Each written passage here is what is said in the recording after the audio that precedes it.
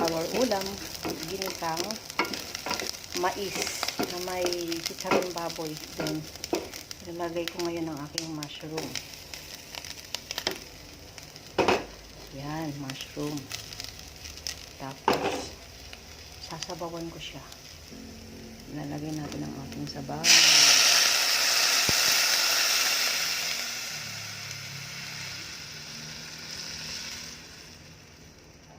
Yan. Tapos, lagyan natin siya ng konting asin lang kasi para dun sa iba pang flavor.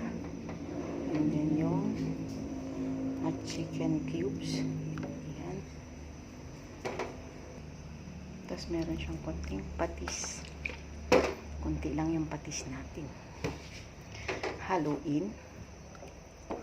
Yun, oh. Hindi pa natin pwedeng tikman yan. Lakasan ko lang yung apoy ng konti. Yan, mamaya ulit.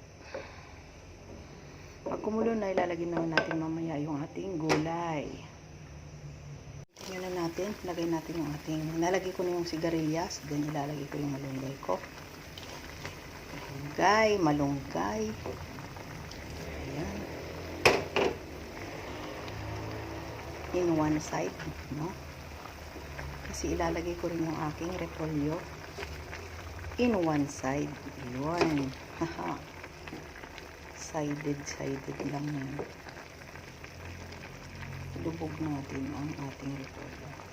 Lubog na rin natin ang ating malunggay.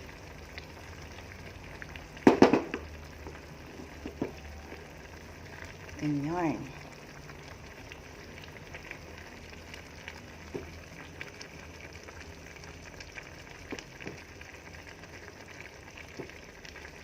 Tapos na ang ating soup. Hindi pwedeng haluin.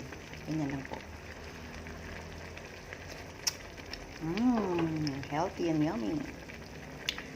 Have a blessed day. Today is Thursday. Till next. Bye-bye.